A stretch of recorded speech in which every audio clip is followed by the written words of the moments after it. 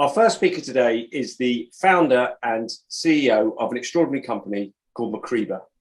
Toby has just returned from COP26, where he was in much demand as a speaker and a panelist. Toby, welcome to the Future of Mobility. Thank you very much. It's great to be here. Thank you for having me. Pleasure. So could you perhaps give us an overview of exactly what your organisation does? Yeah, so MacRebur's set up to, well, our mission is to help end the plastic epidemic. I call it an epidemic, but the waste plastic problem that we have all over the world. And we do that by taking waste plastics that are destined for landfill or for incineration, and we use them to replace part of the bitumen, that's the black oil that you get in a road mix. So we take those plastics that can't be recycled and we use them to replace the fossil fuel that goes into a road, and that's the fossil fuel is the bitumen. Wow. And am I right in saying that the roads are actually stronger than more conventional roads? Yeah, well, when you make a road, you want a number of differences to that road. So sometimes you want to make it stronger, and sometimes you want to make it more flexible, more bendy, if you like. If you take a roundabout as an example, when you drive vehicles around a roundabout, it stretches the asphalt. The asphalt is the road itself, the material. So sometimes you don't want it to stretch because when it stretches, it cracks and we get potholes. When we put plastics into it, polymer, we allow it to stretch but then bounce back into shape, just like any of the polymers that we have that we use as packaging for any of the products that we have. Wow. So it seems a brilliantly straightforward and simple idea. I'm sure it wasn't. How did it all come about when you first started? Well, it happened by accident, really. The idea happened by accident. I was at my little girl's school assembly. She was 6 at the time, and the school assembly was based on what lives in our oceans. And I remember I was invited into the assembly. This is before plastics and before I knew anything about plastics or roads. And the teacher had asked the children what lives in the oceans. I remember one little girl put her hand up and she said fish, and someone else put their hand up and they said whales. Anyway, my little girl put her hand up and she said plastics. They live in our oceans. And I remember the teacher kind of stepping back, almost shocked and stunned, I think. Maybe she'd studied the wrong study. But when I questioned my little girl after the assembly, she said the research that she'd done into what lives in our oceans, she'd found out that by the time she were to reach my age, and I was 40 back then, it's expected that there would be more plastics in our oceans than fish themselves. And I had what I can only describe it as a dad moment. A panic moment. I thought, I don't want my little girl or my little girls growing up in a world where there are more plastics in the oceans than fish themselves. So I wanted to do something about it. Wow. So it's interesting when you first start and you come up with an idea, and I'm sure you shared it initially with friends and what have you. Did you get much resistance to the concept? I remember hearing a quote, I think it was from Jonathan Ive, who was the product designer for Apple. Yeah. And it's an interesting thing about ideas being very fragile. And if someone sort of says, "Oh, it's not very good, Toby," you could perhaps drift away from it. So, what sort of drove you through that, and what resistance did you get? Yeah, well, I believe in a little phrase that I was once told that there is no failure, there is only feedback. And I live through that phrase really because I get a lot of feedback. But when we started with the business of using waste plastics in roads, we had 844 test results that failed. So it was the 845th test result that we got the success with. Wow. But it took us all of those failures and people around us telling us this will never work. And, we had councils that would say, oh, we're not putting waste plastics into our roads. And it took all of that time, in about 18 months of trials and tests before we came up with a success that we could take to market and say, well, actually, you were wrong. It does work.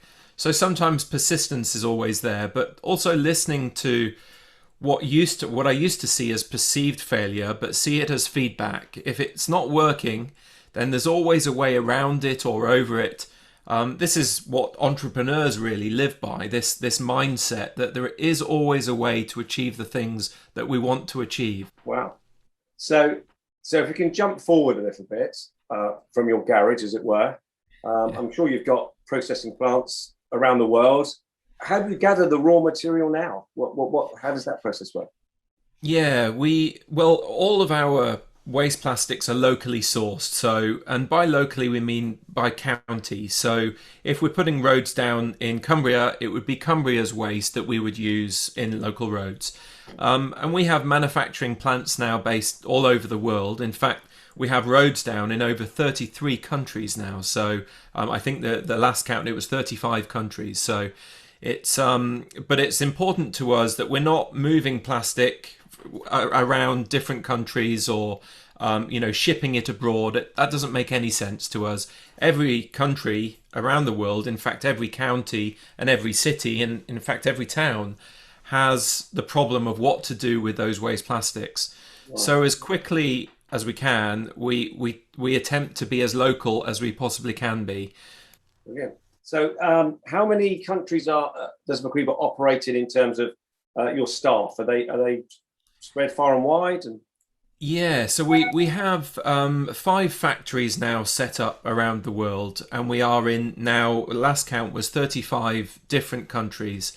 So within those 5 sites that we have our factories, we have staff operating around the world. So we have one in Spain and one in San Diego and San Francisco, over in Malaysia. So dotted sort of all over the world. We're just about to set one up in Turkey, which is a love of mine. I love the country of Turkey. I spend a lot of time there, as much time as I can. The weather's much better than it is here in Scotland, so I like the weather. So yeah, 5 factories set up, but then we've got what we call distributors. They're people that go out and they sell our products into the asphalt manufacturing world, and they're dotted around 35 different countries around the world. so I'm guessing, obviously, you're trying to take over the world in terms of road surface. That's the plan. What about things like airports and runways? Is that something that can be applied to? It is, yeah. If you land at Sydney, in Sydney, in Australia, you'll land on a waste plastic runway, or part of it anyway. And if you land in Carlisle, we've got a small airport up in Carlisle. You'll also land on a waste plastic runway. Wherever asphalt is used, I mean, you think about asphalt, it's even used on tennis courts or cycle tracks, or it's not just the main roads or the motorways. It's like you say, runways at airports. A lot of our work is based around the motorsports industry. So if you ever watch Formula One or Formula E, I'm a big fan of. Then if you go to the Barcelona track, part of the Barcelona track is there with waste plastics. The same as Goodwood in this country, in the UK. If you ever go down to Goodwood, then a big part of the track there and where the cars actually park on, that's all plastic road. Wow, fantastic. So looking forward, obviously, I'm sure you've got, there's lots of areas and countries you're trying to expand into. But from a product point of view, is there anything that you're trying to develop and go that step further? Yeah, there's projects happening all the time. I mean, what happens to a business really when you get to a certain stage is the research and development increases. So most of it, I mean, we have our own labs and we have now our own facilities to just keep researching and developing. We can't use all the plastics from the waste stream, so we're developing new products or attempting to create new products all the time, and mixing different things in with those products as well. So we're in talks at the moment. I maybe can't mention their name, but they're a big tire company who have a lot of waste rubber. We haven't got to the stage yet where we can use rubber and plastics in the roads, and our focus has just been on waste plastics. But in the future there'll be more products coming out from MacRebur, and we're looking forward to that. There's wherever there is a need to do something with our waste polymer, then that's what MacRebur is there to do. Brilliant. And one question I was going to ask you earlier on, but we moved on quite quickly. When you talked about roads being rigid and roads being bendy, I have to obviously give it. Is that just a change in the kind of mix that you guys add into that traditional mix? Yeah. It's basically there are two main problems with the roads. So the first problem that we get here in Scotland, let's say, even down in London, during the winter, we get a lot of rainfall, and then overnight that rainfall is stored in little air pockets in the asphalt in the road. And as it freezes, when water freezes, it expands. And that's why we have a lot of cracks all over the road. And so when you add a polymer in, if you had a plastic bottle and you squeezed it, it would bounce back into shape. So we're using the beauty of polymers, but to solve some of the challenges that we have in roads.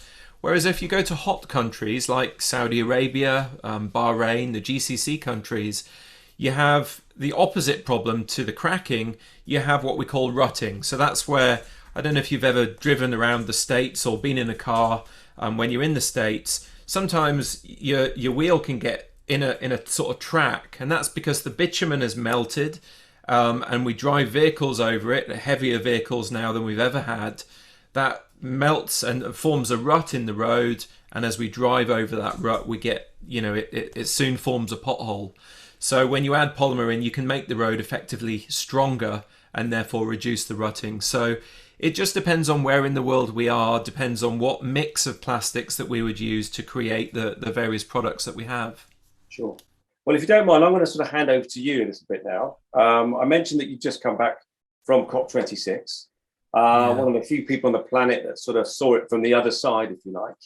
I'm mindful that what came out of COP26, a lot of commentators are saying it should have gone further.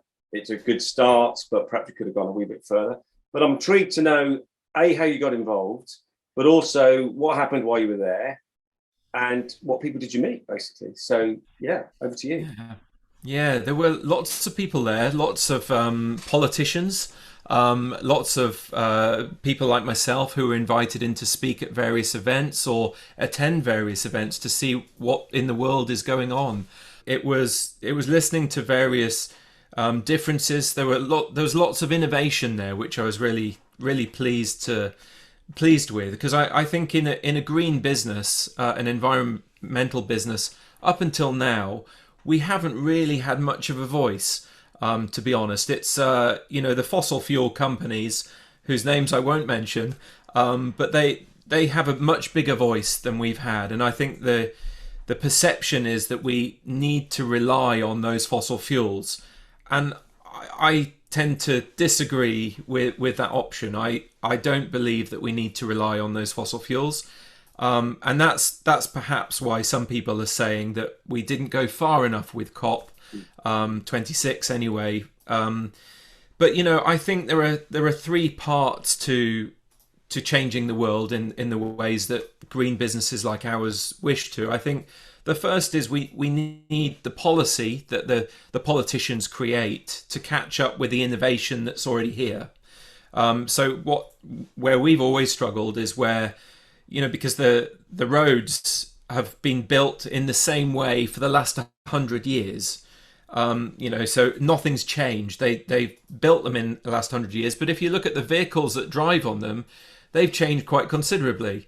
A truck, as an example today, is a lot heavier and bigger than a truck from 100 years ago. It would be a little tiny truck. So I think the focus has been very much from this COP around the vehicles that drive on those roads. So my disappointment really was that there wasn't enough emphasis on the construction of those roads. I do agree that we need to change the fuel that goes into the vehicles. I drive electric myself, so I'm a big electric fan. That we have hydrogen vehicles. A lot of the emphasis, I think, from COP26 went into that, but very little emphasis into the actual construction of the roads. And actually, in construction, it's accounting for about 26% of the carbon emissions that we're pumping out. So these fossil fuel companies that are they're moving bitumen all over the world, because only certain countries have oil, have bitumen. In the UK, we import all of that that bitumen, which is exported from places like Venezuela or Saudi Arabia or even Russia. So it's got a long way to come after it's been fracked and cracked out of the ground. So our argument would always be, well, why don't we use the waste plastics that are in everybody's household rather than the bitumen that's taken from another country?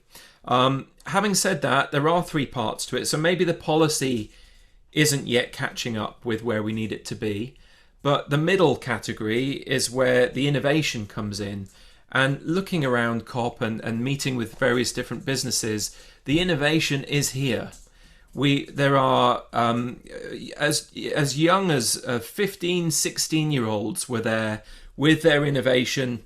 They'd created things like one of the businesses that I saw that I was just amazed with is, you can get cod liver oil capsules. I remember I used to have to take them on a spoon, but the fish that cod liver oil comes from, they're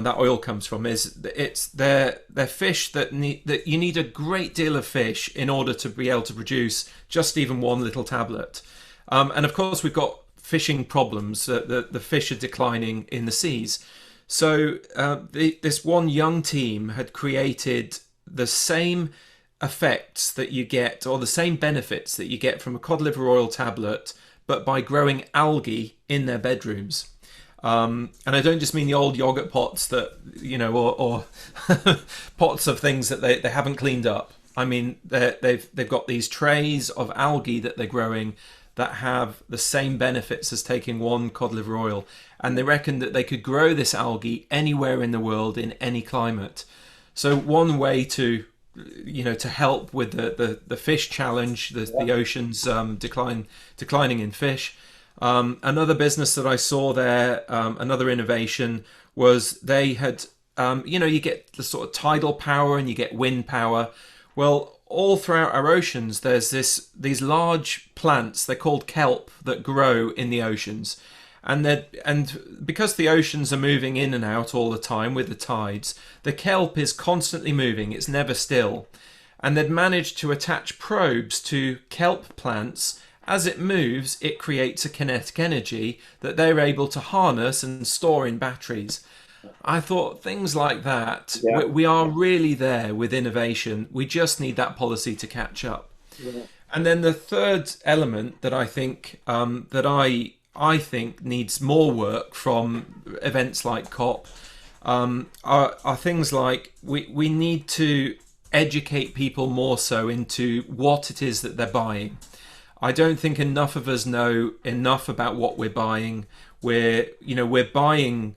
I take a banana because I use that as the other example, but we're not supposed to have bananas maybe in this country at all. Certainly not in December.